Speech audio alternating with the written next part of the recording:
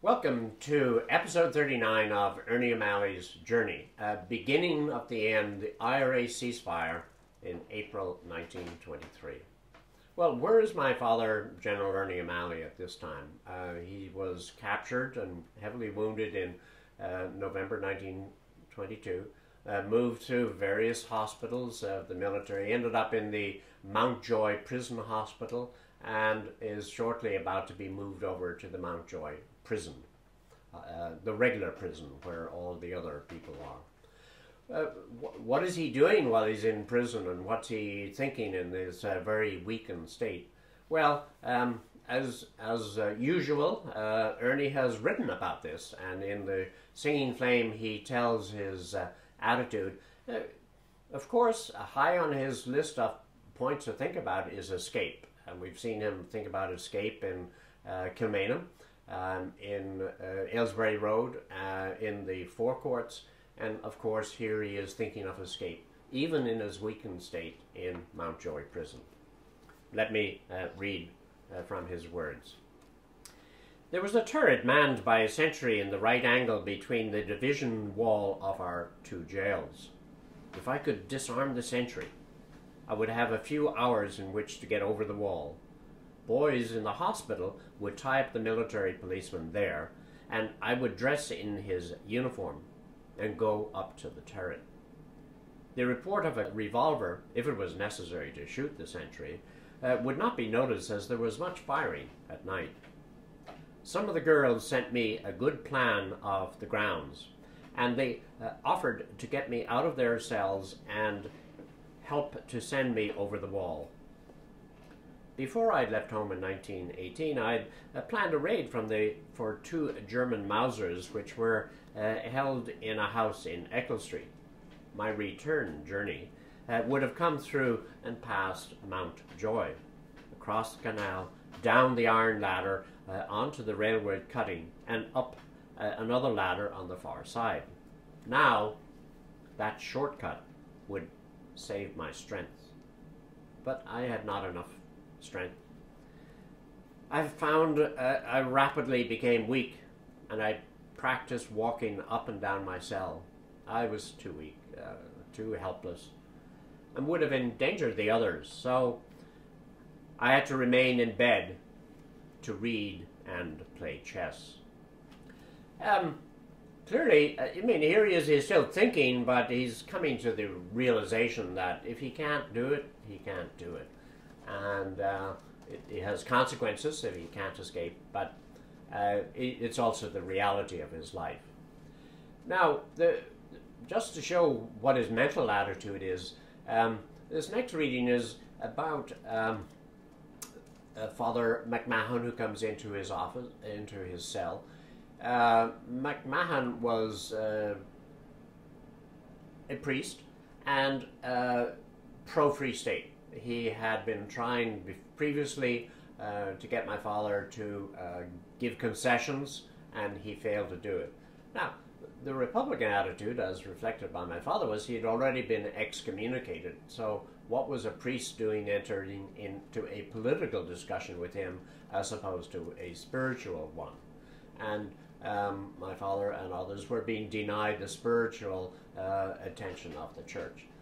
Anyway, the priest comes in with a newspaper and hands it to Father, telling of what the Republicans would have considered a dishonorable act by Liam Deasy, who had signed the form, the amnesty form for the Free State, and had tried to persuade other officers, senior officers, to change their position. So let me pick up the fighting words of Ernie O'Malley in his discourse with Father McMahon. Father McMahon says to him, Would you like to write a statement? I would. He smiled. That's right, Mr. O'Malley. Will you promise me that you will have it published? Why, certainly. Here it is verbally. I'll write it down later. I would like to point out to our men how gallantly boys of 18 have walked out to the firing squad. Life was precious to them, but they did not falter. I wish that their example might again be brought to the memory of all of our officers. The men without rank have shown the way to die. It is our duty to follow their good lead. The priest stepped back in nervous two-step from the bed. He looked startled. I cannot have anything to do with such a message. You said you were willing to take it out for me. Then I told him what I thought of his conduct. He, who had not helped me to prepare for death, dared to come to my cell, and for the first time he brought a newspaper. It had bad news, and I was badly wounded. What would you think if you were ill and I came in with the news that the Archbishop of Dublin had gone over to the Protestant church that morning? He had expected me to condone what I considered the abuse of authority by an officer of high rank in a time of mental stress. The letter would have perhaps weakened our resistance, but would only embitter the fight and perhaps prolong it. Then I asked him to leave my room. So, Fighting Ernie is there with his attitude, notwithstanding all of the other things going on in his life. One of the other things that was interesting in the life in prison was the extent that there was communications out through unofficial channels with the IRA leadership, not to mention with friends and other things. But looking at his own relationships with Liam Lynch, there were messages coming in and out. And this particular reference referring to infrastructure has a very interesting, very subtle concept of what Ernie is saying to his leader. I had protested about the destruction of communications as an end in itself. I thought the policy a fatal one, giving an excuse to men in some areas who would not fight. If such tearing up of rails and roads was to be done to the prelude to good fighting, thus it was justified. Otherwise, not. A campaign of destruction that did not serve an immediate military objective or did not grow out of definite military undertaking seemed to me futile and, in a sense, cowardly. All my notes to him were written from the view of one who would soon leave this side of things, and who thought that he himself had not justified responsibility when one of the fighting force. We were beaten as far as I could see. We had been beaten for the past 2 or 3 months, if not longer. That's a particularly interesting reflection from Ernie O'Malley. Now, it's written in 1934-35. I find no contemporary document in the singing, in the No Surrender Here, or all the other documents that I've read, where he reflects that sentiment. He's still, in a contemporary sense, a very vital force, someone who won't concede, even while other officers might report that it's a losing cause. Ernie and Liam Lynch are still on the straight and narrow road for the Republican and fighting for that. Now, one of the things that he has to face as he's going through this thought process is that as he gets better, he's probably going to be tried and shot. And so he's facing on a regular basis what death is. And he talks about that in his book. I was growing used to the idea of death by a long apprenticeship. I was more passive about it now. In Kilmainham, with the British, I would have tried to strangle with the hangman. Here, it seemed a natural end. Any day, the staters might shoot a whole wing if they felt so inclined. Yet the laughter of the race in the face of almost certain death was steady, and, if it could be so described, joyous. Death would win the last throw. But if it would win for many who accepted it as one who meets a good omen, almost in the spirit of sad comradeship. So, he's facing the reality of what he deems to be inevitable. Now, in the practical life of what he's going on, he's moving, the Free State have moved him from the hospital to the regular wing in the prison. What does that mean? Well, it means he's getting better. What it also means is a doctor must have signed off that he can be so moved. And it sends a signal as he gets into the prison that everyone could be shot. He describes his new cell, and it's amusing to read this description. The day after my arrival, a plumber came into my cell. "I'll fix your pipes," he said. He brought with him lengths of gas tubing, which he had torn down in another part of the wing.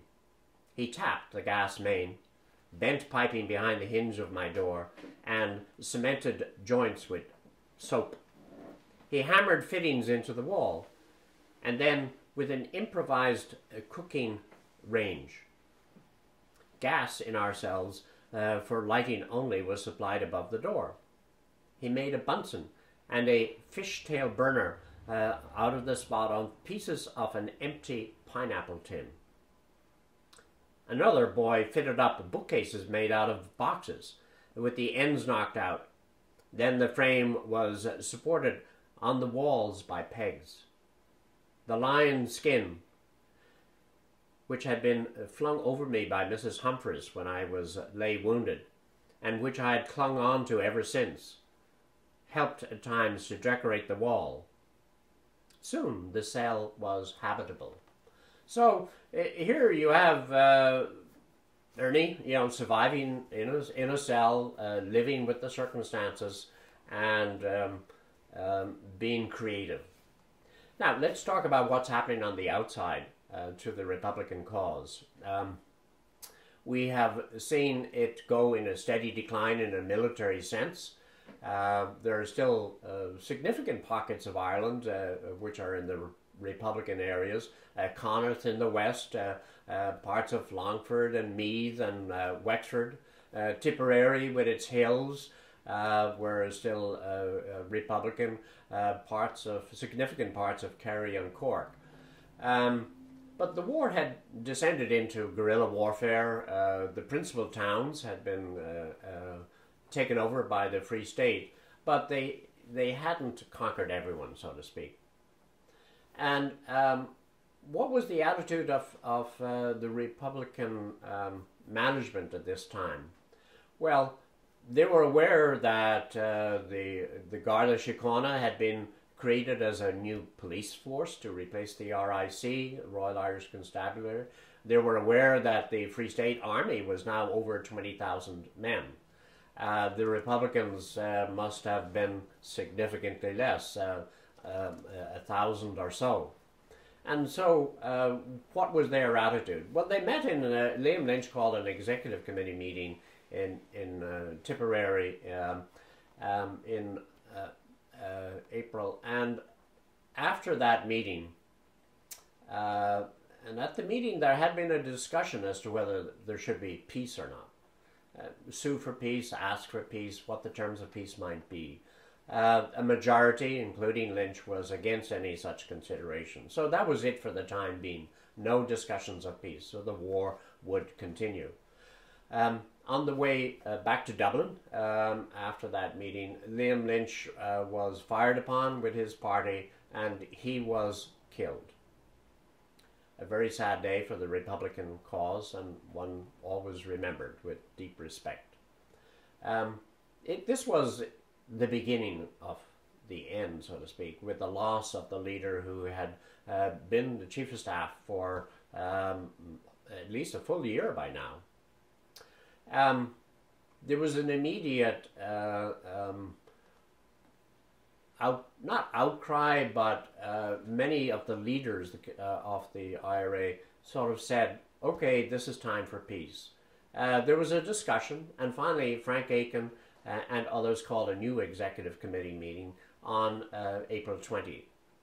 At that meeting, again, the motion of peace was discussed, and by a significant majority, it was decided to consider peace.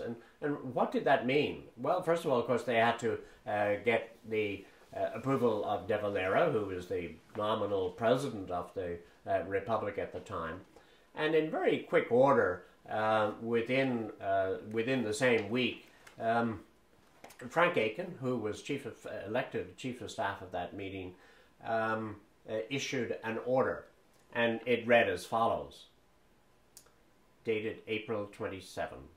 In order to give effect to the decision of the Government and Army Council, you will arrange the suspension of all offensive operations in your area from noon, Monday, April 20. Signed, Chief of Staff.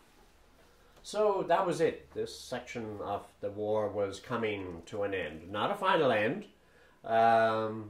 They were still armed, but at least they were not being aggressive. So overall, where do we see what my father is? You can still see him as almost as definitely as a soldier, fighting with his words, with his communications, with his attitude, showing you an example of what loyalty to a cause meant. He was in touch with the outside world and giving his opinions freely to his own senior commander. He was against a wanton destruction, and notwithstanding that they were in a civil war, wasn't the destruction of Ireland. It was only for a good intention that they were going to do. And you see his own reflections upon the fact that as he got better, he was more likely to be shot. So join us the next time for the IRA disarming and dumping arms in May 1923.